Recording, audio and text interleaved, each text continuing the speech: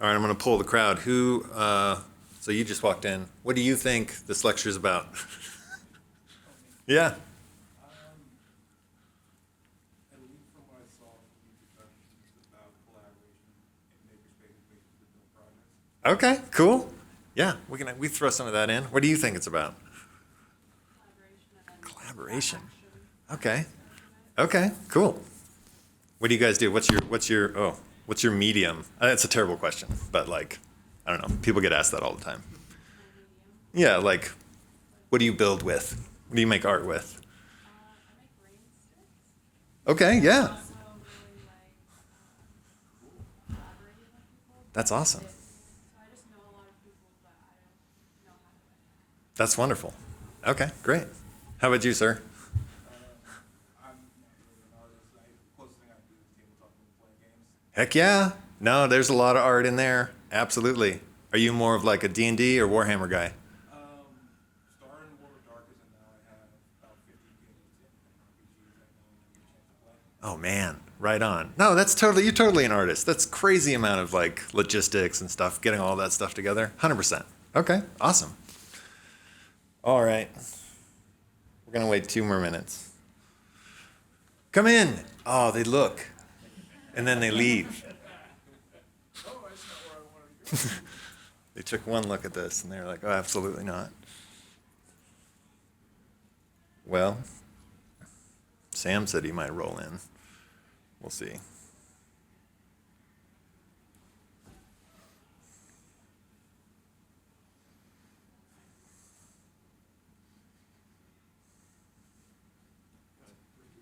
Gotta check it out. It is nice and short. Short. With this much ambient light, it shows up really well. I did a presentation yesterday, and I kept my computer on dark mode, and so it was not visible. Black backgrounds and stuff, which are Right. nice on the eyes, but hard to present with. I had to invert the colors. Well, sort of. Like when I'm in my office and designing, I like everything to be the darker colors, just so that it doesn't glare in your eyes. And then you get out here and no one can see anything, so change that. All right, then. It's 1:03. What do you guys think? Is this it? Is this it for everybody? Is the tech guy there? There he is. 100%. All right, heck with it. Let's start it. Welcome, everyone, to Anyone Can Be a Builder. My name is Dan Sternoff-Beyer. I am the Senior Programs Manager. Thank you so much, Scott. Thank you so much. No, that's enough. That's enough. Thank you. I'm the Senior Programs Manager at Jump. I'm also the event lead at ILLUMiBRATE, which is a annual light and color festival that happens at Jump, and we'll talk a little bit about that. Today, welcome. Come in. Just getting started. Today we're going to talk about building and what it takes to build something. And I'll talk a little bit about my history as a builder, so you may or may not be convinced that I know what I'm talking about. And then I'd like to walk everybody through a thought exercise, which is basically a hilarious art idea, and we're going to get really excited about it. And then I'm just going to go through and kind of do pages of red flags of why it's actually almost impossible, and all the different things and places that you can go and find around the town, including Jump, for how to basically begin to make that project happen. So because this is Hackfort, I sort of assumed people would be sort of more on the tech side of things. So I have a couple of examples that will be a bit more techy, but let's just jump right into it. The general trajectory of my career is I used to build things as a public artist, and now I build connections. So I love, like I have a bunch of people here that are here to build connections, and we'll talk about how those get built. So I spent about 10 years on the East Coast, and I made this company with 4 other guys, New American Public Art. We made interactive public art all over the country. And I would like to walk through a couple of examples of sort of hack style art that we made. The first one is Culture Tab. This was in East Boston. Basically, everybody in Boston has what's called a Charlie card, which is essentially a little RFID card that has like their unique number, and they tap it when they get in and off the subway, and that's how it keeps track of all your money. And so we're like, okay, everybody's walking around with these Charlie cards. Let's make something that, you know, when people tap it, it gives them a unique experience, because everybody's Charlie card is unique, and so we can make an interactive exhibit that is unique for everybody. And so we built this weird kiosk. It's got this little key tap thing there. If you tap it during the day, it plays one of 100 different stories. So we went around the entire part of East Boston and we interviewed all kinds of weird people about the history of East Boston. They told us these wonderful stories, and then we parsed all those up. And so when you tap your Charlie card during the day, the kiosk starts telling you some random story, and your stories are different than other people's, et cetera. And so people can kind of like trade and mix and match like the little kind of cultural secrets that they have based on their unique card. And at night when you tap it, we ran cords back into the cyclorama building and put lights in all the windows, and so it would have like totally unique light shows in the buildings when you did that. Now, if you're a tech person and you're listening to me right now, you're probably squinting your eyes because you're like, now what exactly were you using? So in case you want to know, I was using a whole bunch of Arduinos, various stacks of like relay boards, and we connected them all together with a program called, program communication language called IC2, which is basically terrible. All that was a huge, huge problem. When you run cable longer than 50 feet, and you try to IC2 connect to something else, there's like a whole capacitance issue, and your signal gets all messed up, and it's like impossible to clean it up. And we basically just like cut our teeth pretty hard, pretty fast on this. Because, and you'll see later in the presentation, you'll start out with an idea, you'll pitch it, and people will be like, that's a great idea. And then when you actually get down to building it, you're like, I have so many more problems now. So this one was like, hacking the Charlie card. Here's another one in Boston. These are giant light blades, they're called. They basically are this big architectural thing that was on the Rose Kennedy Greenway. This is a park that cuts through the center of Boston. And I was walking down there one day, and all these things are, they're lit up with color, and the colors slowly change. And I was like, there's got to be a way to make that interactive, like let's get a microcontroller and let's stick it in by the light controller, and then we'll find a way for people to like text any color to a number, and then that color will change all the colors of the whole park. And it was a really cool idea, and then it took us 4 years to convince the city that would be a good idea because of security protocols, and we did this ridiculous backwards like SSH tunnel or whatever. I don't even really know what we did. It was like very technical, but what it ended up having was this wonderful effect of everybody going to the park, texting furiously and fighting to like change the entire color of the park to their color. And then we get these wonderful data about it to be like, oh, there's tons of people on Valentine's Day go there and they text red and pink and so on like that. And then we get to see, because all this data would go through a program called Twilio, and so we'd see all the different numbers, and we could see like where people are from in the US and like how frequently they come to the park. And then there'd be people like this one person, for some reason, would go to the park every day and he would just text fish like 50 times a day. And we're like, what is going on? But so a part of the whole ethos of this company was that we tried to make everything open source. So the code for this is up on GitHub, and anybody can go and look at it. And so we assumed that this fish user was essentially an MIT person that was trolling us, went to our GitHub, found the code, found that I had put in an Easter egg that if you type fish, all the lights like blink all crazy. So this person would go there, yes, and they would type fish over and over and over again. And so the most texted colors to this are red, blue, green, and fish. And then we'll get in more to basically data and like what it means when you're getting people's data. We had a massive kind of cultural divide on this project. So like essentially everybody over my age was like, oh, how can you do that? You're taking people's data, they don't know it, and blah, blah, blah. And then everybody younger than me was like, well, yeah, you texted it, so you're essentially giving up your data. So there's this wild cultural divide of being like, the younger folks were like, well, of course we're being tracked. And the older folks were like, how dare you take my number when I texted you? And it was a fascinating thing. And a lot of that is still unresolved to this day. Okay. When I moved to Boise, I worked at a company called Trademark, and they were they were really excited to get into making public art, so I started a side company for them called Studio Capacitor and got them this job and designed and half engineered this pale blue dot, which is on 5th and Front. You can go take a look at it. It's totally wild, and you can talk to me later about what its meaning is, which I love to talk about. But I'm actually even more proud of art ports. So this was an idea that I've had for, I don't know, 15, super long time. Basically, you remember back here, see this giant base on the culture tap? That's so the whole thing doesn't fall over. And the thing's got to be super heavy, and it's got to be like wicked, like inside all those boards is like giant chunks of brick and metal and whatnot. And so that's so that whole thing doesn't fall over. That base alone was probably like half of the budget. And this budget was very small. It was like, I don't know, we had like $2-3 grand or something to like build these kiosks. So is there a way that municipalities can create a thing that gives emerging artists and temporary artists a way to connect to the city, and they don't have to spend all that money on a base? And that's basically what the art port is.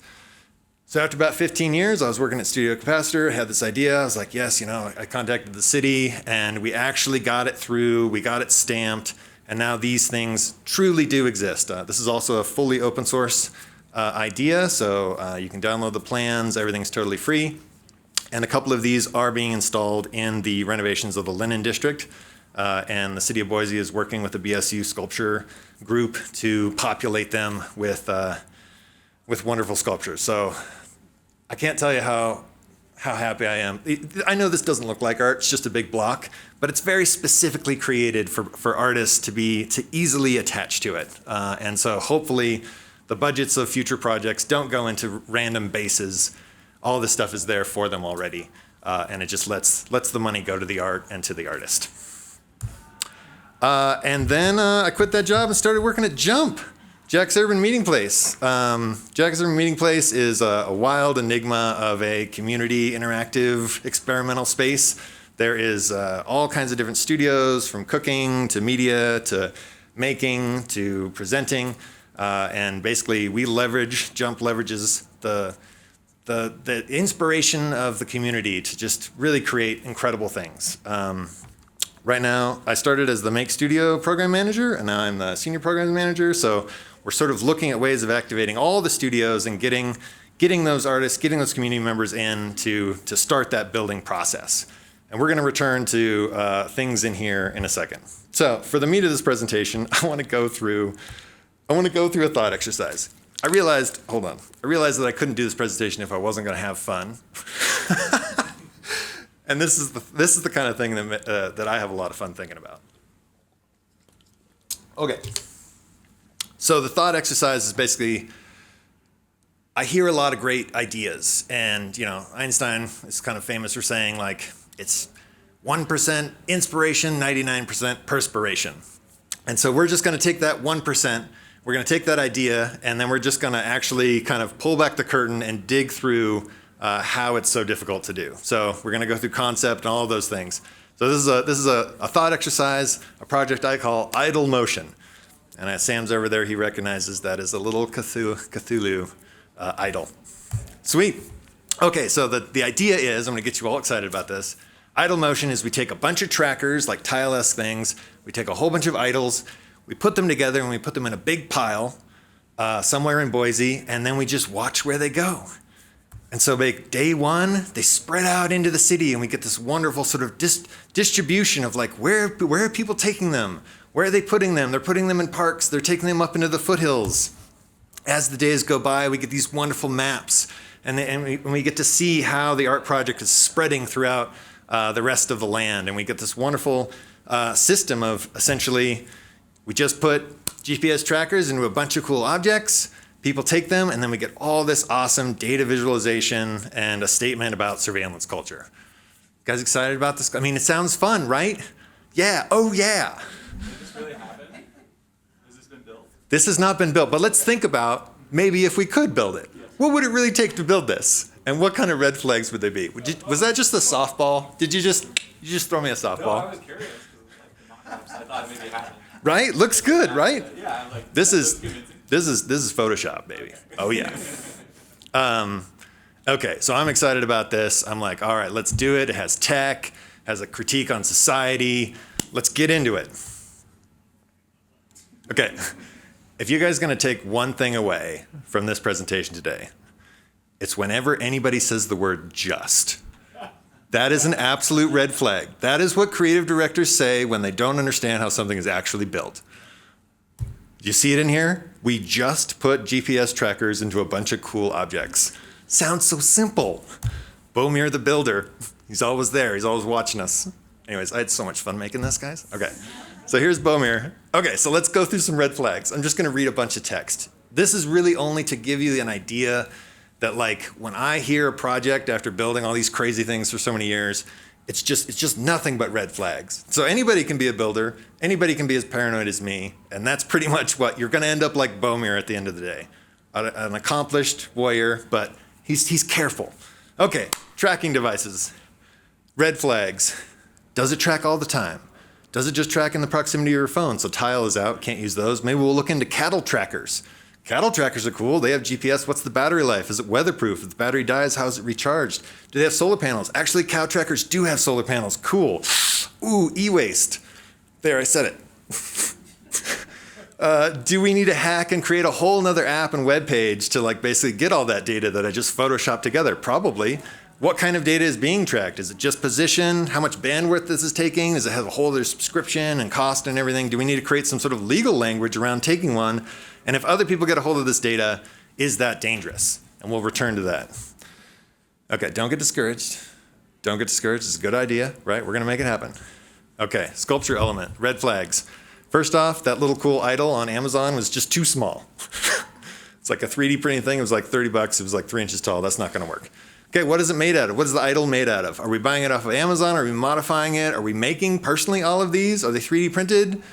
Or, hey, we could 3D print a mold and then cast them, right? That sounds smart. How big are each of these, and does that matter, right? You don't want to take like a tiny little thing around. Like, you want to take like a weird garden gnome, right? Like, it's an idol. It has to have some heft to it, right? And that definitely changes like how you build them. How does that change the interaction with people? If they're really heavy, like, let's say they're super heavy, maybe they only go 10, 15 feet from the original pile.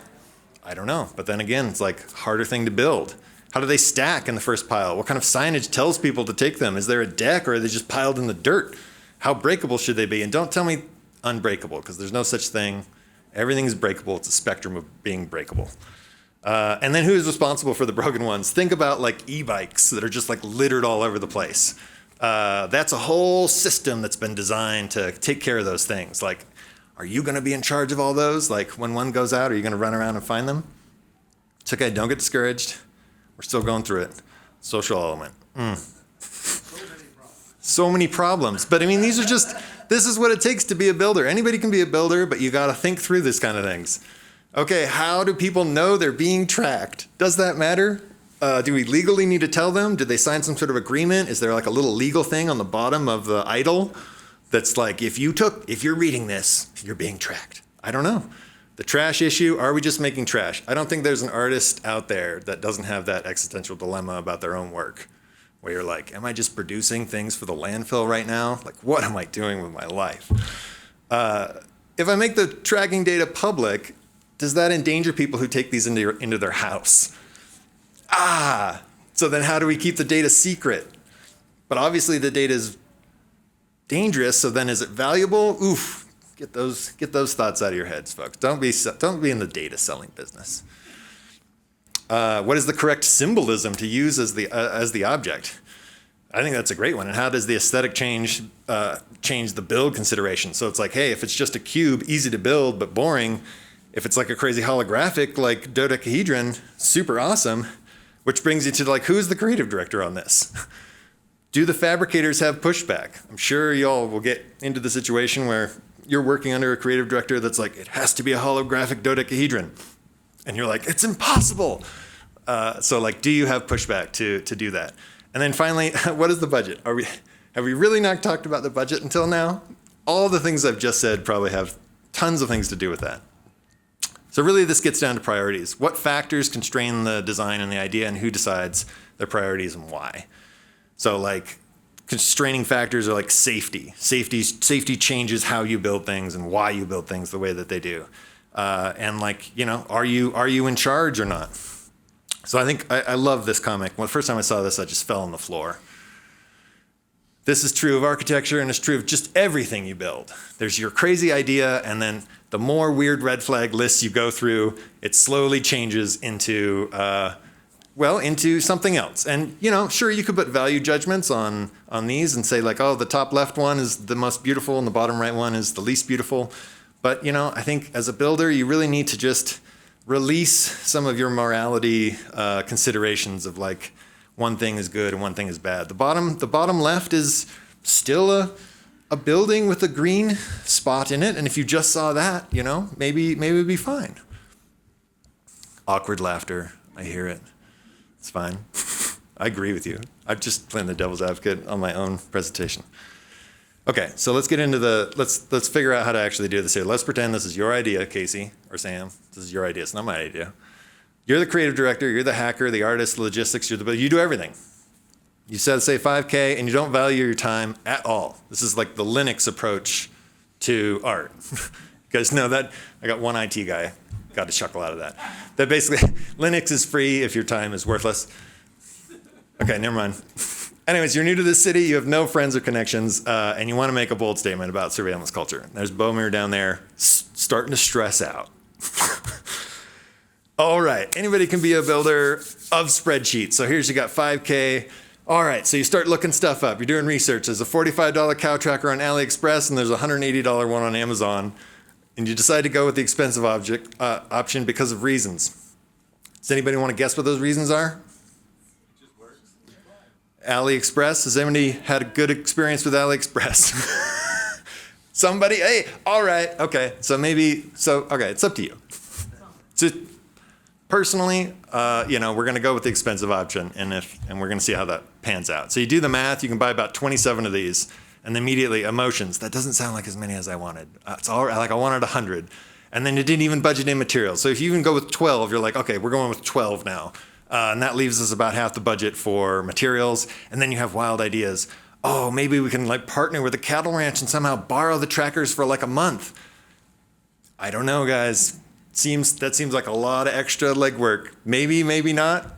I would just say, watch out for wild ideas because they can cause so much wasted time. But that's a good one, right? I don't know. Are there off-the-shelf solutions? There's a garden gnome for $30 on Amazon, but then you're like, no, I'm gonna make it myself. We're gonna 3D print a mold. And so you start Googling and you find the Unbound library in Meridian. So I wanted to go through and like hit up a couple of places that I've made relationships with in the Valley who are just amazing people. And the Unbound Library in Meridian has a huge bank of 3D printers.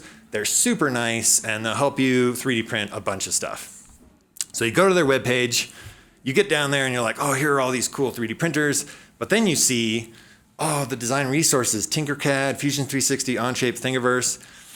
You're like, I'm not really like a 3D person. I haven't really learned any of these programs. So like, how do I actually print this mold, etc.? Bomer. And it's true. One does not simply just 3D print a mold. Like you need to know so much about 3D assets and STLs and files and whatnot. And then when you get to the Unbound library, you can say, hey, like help me out, slice this and whatnot. But they're not going to hold your hand and make the thing for you. So you're at a transition point in life. Do I learn a 3D program, or am I more of a traditional artist? Now we're learning things, folks. You guys love these things? This is all the internet. AI did not make this. I made this on coffee at night. Okay, so you're not giving up. We're not giving up. We're going to do this. We're going to make this thing happen. We're figuring out more of the logistics of the problem. We're figuring out about ourselves and what we think we can and can't do. So we're going to physically make this sculpture. Then we're going to make a slip mold. Yeah, that's awesome. Clay is forgiving. I can get some clay. I can do clay. I can make a weird clay sculpture. I can do that. We find some places around town that have clay and fire clay. And you look up and you find the Catalyst Art Collective in Boise. And they have a cool kiln. They'll fire things for you. Prices are good. They have clay, so there's people. There's community, awesome, and they're centered around clay. And then you start really thinking like does the clay really need to be fired? Like, can't I just use like some random sort of stuff that freezes like on its own? You look up more things. You find smoothon.com, which is basically a mold making material site. And they have a whole bunch of cool stuff. So you order some like weird aerogels and whatnot, but you've completely lost your faith in your ability to hand sculpt at this point. So you decide to pivot because you're the creative director and you can do whatever you want. You call the shots. I put a note in here. If this was an RFP, so if you told somebody you were going to do something, you may not be able to pivot.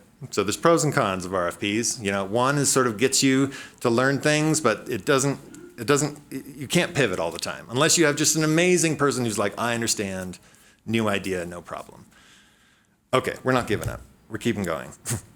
Bummer's having such a hard day. He's like, okay, what are we doing now? So we're making 12, sorry, hold on. Oh, I'm missing one here. Okay, I'm missing a slide here, but basically, you decide to make feet. You decide to just cast your own feet, because that makes sense.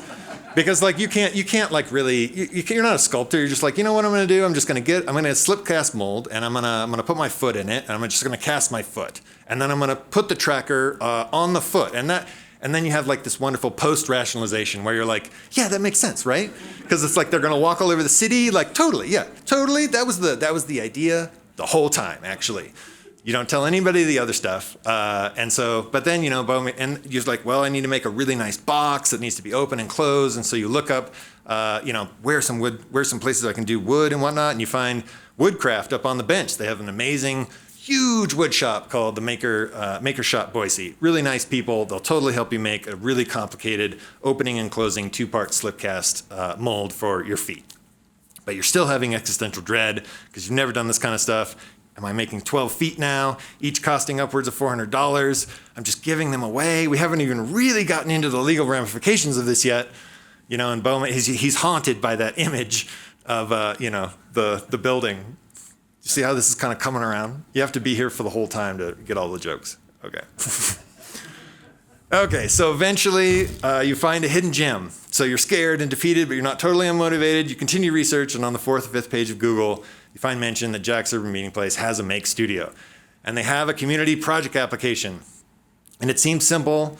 They have all kinds of tools. They'll help you think through your project. They'll teach you how to use some tools. And all that it's asked in return is to give back to the community in some way. So you don't even really need to finish your project. You just need to talk about like the terrible process that you've gone through and the learning that you've done and the connections that you've made. And that alone is a good give back to the community. So people can learn from your journey. So you can go here and just kind of like, just start figuring things out. And it's nice because it's not fully a thing for 3D printing. It's not fully a thing for wood or clay. It kind of mixes all those things together, which just happened to be your project as well, because it was such a good idea. So what have we learned? We've learned that building stuff is really hard work. We've learned that there are great resources out there for specific things, like the Base Boise up on the bench at Woodcraft, 3D printing, go to the Unbound Library, Catalyst Art Collective is incredible for clay, and if you want to do weird, experimental, multidisciplinary projects, the Make Studio at Jump. So anybody can be a builder, but one does not just become a builder. It's really this is the goal here. I wanted to talk a little bit about one amazing builder. His name is Mark S. He is a volunteer at the Make Studio, and he has been working on totally making animatronic eyes from scratch to go in the head of this sculpture called Mango that is at Jump. And Mark he had never opened Fusion 360 before in his life, which is a crazy complicated 3D software program. And he opened it up and he learned all kinds of ways of modeling all of these different parts, all the different tools, taking those models, learning 3D printing, printing them out, speccing out all these different tiny little bolts and like all these things. And every step, every few months, Mark's like, I'm almost done. Dan, I am almost done. I see the light at the end of the tunnel. And I'm like, well, what about the connection to the neck? And he's like, no, the eyes are done. So every 2 months, he basically makes a big deal about being totally done. And I'm like, well, we'll see. Because like there's always more red flags. So he's finally got the eyes in the actual sculpture now. And they're blinking and they're moving around.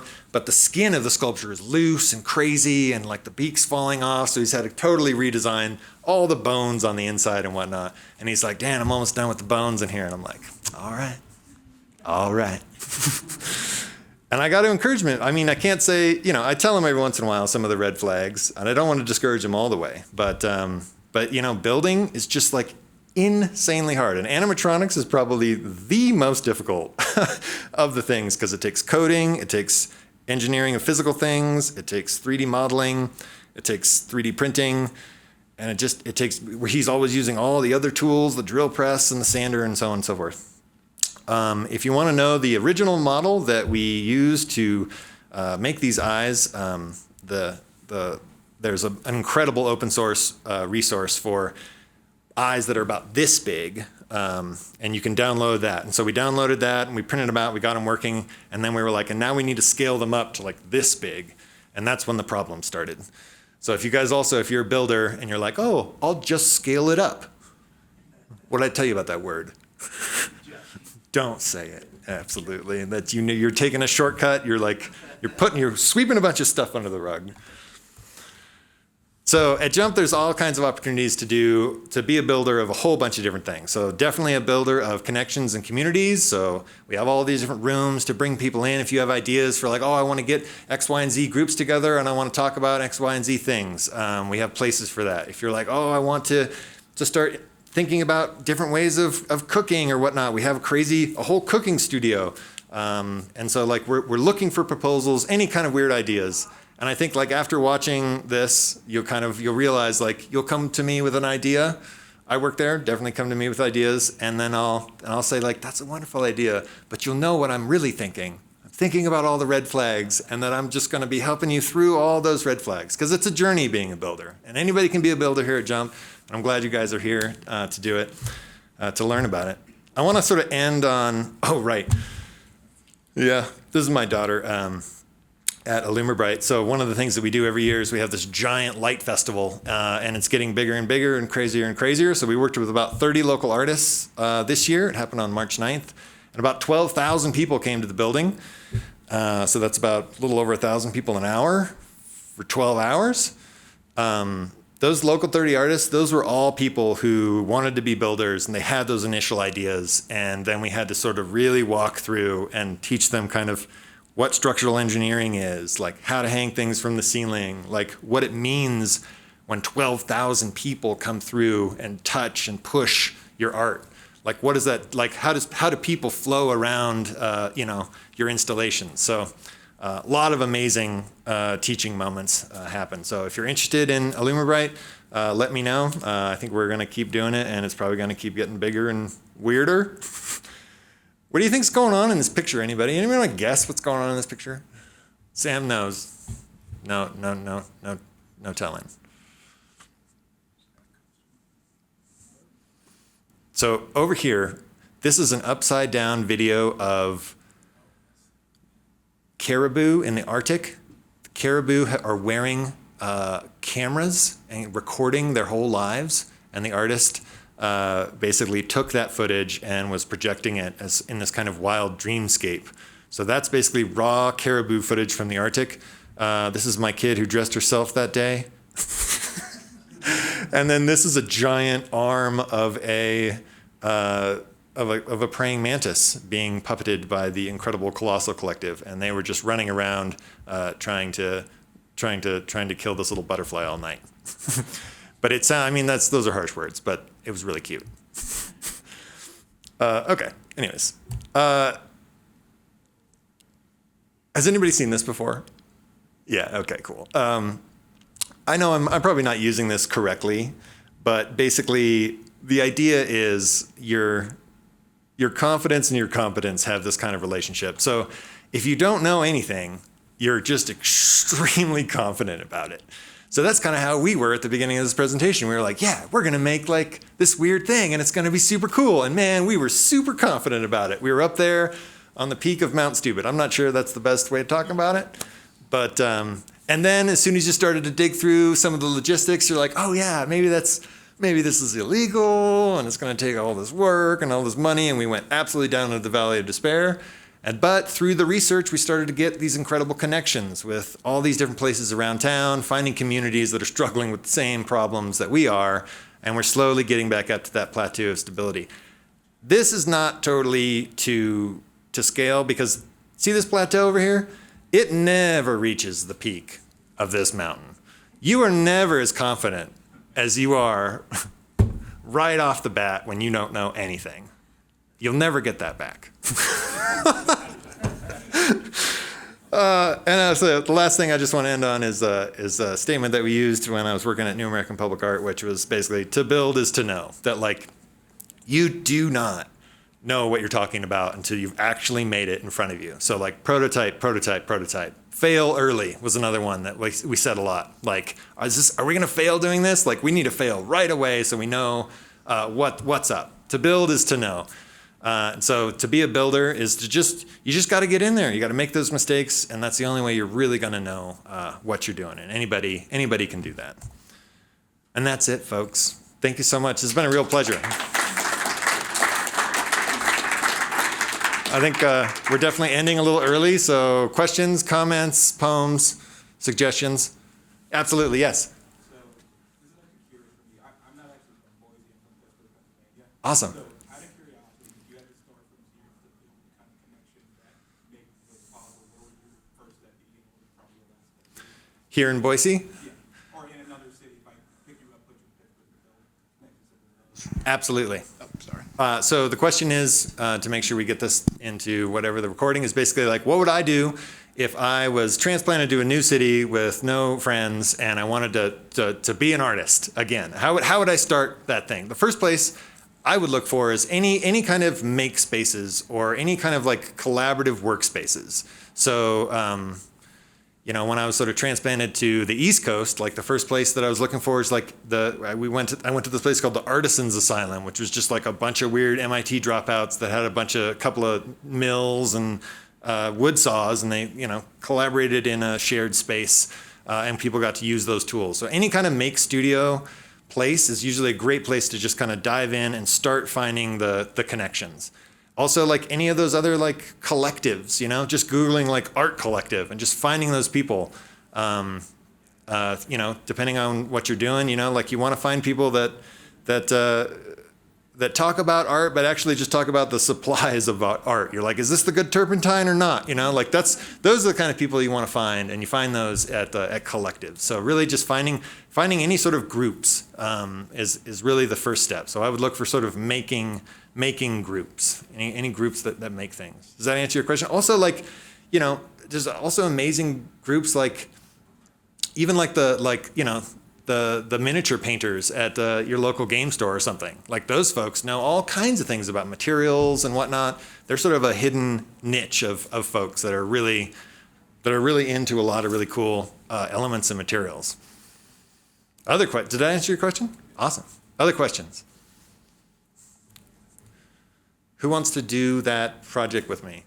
Idle motion. Yeah, you think we can pull it off? Sam thinks we can do it. Okay. Casey. Why not use like Apple tags or something really cheap for the tracker?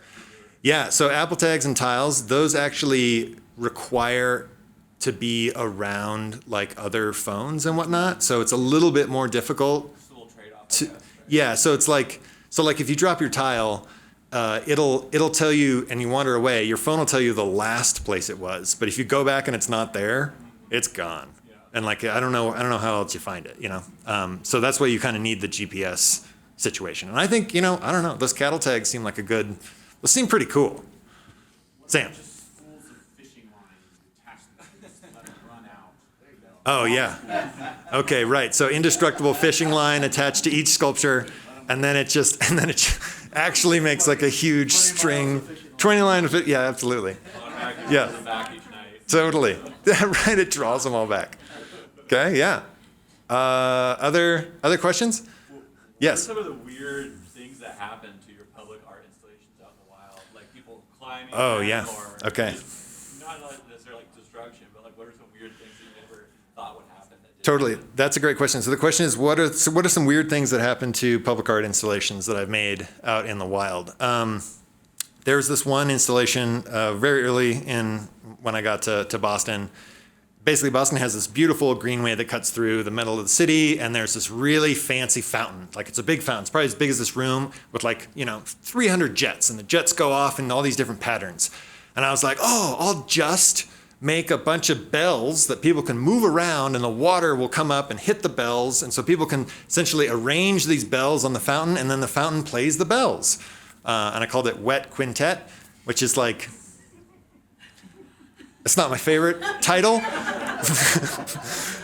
But anyways, so I got there, I installed them all, and the fountain's playing the bells and whatnot, and then some little kid shows up. So basically, the way that it works is that the water would come up, it would hit a little paddle, and it would kick out a hammer, and then it would swing in and hit the metal sort of thing. And so, but basically, some kid just figured out, well, all I really need to do is I just grab the paddle and I go whap, whap, whap, whap, whap, and it just rings the bell like crazy. And then as soon as that kid started doing it, another kid started doing it, and then that's just like the way that you were supposed to interact with that thing. And then all the first kids had totally gone off to somewhere else, but the information retained. It was stuck in the sculpture, like in how they were interacting with it. It reminded me of that crazy story of you have a whole bunch of monkeys in a cage, and there's an open door with a whole bunch of stairs that go up to a bunch of bananas. And one monkey runs out of runs up the stairs to eat the bananas. And as soon as he gets up at the top, all the other monkeys are sprayed with cold water. And so then the next time the monkey kind of runs out the cage, the other monkeys grab it and they're like, no, don't go up there. You're going to get sprayed with cold water. And then eventually people start replacing the monkeys until none of the monkeys know what is up the stairs, that there's even bananas, but all they know is that they have to stop people from leaving. And so this happens all the time in our society, that basically there's some information that gets retained in your social situation, and the people that started it are long gone, and you might not even know what the heck it is or why it's there at all. And this really happens with interactive public art a lot, especially with how people think they're supposed to interact with it. There's a little story for you.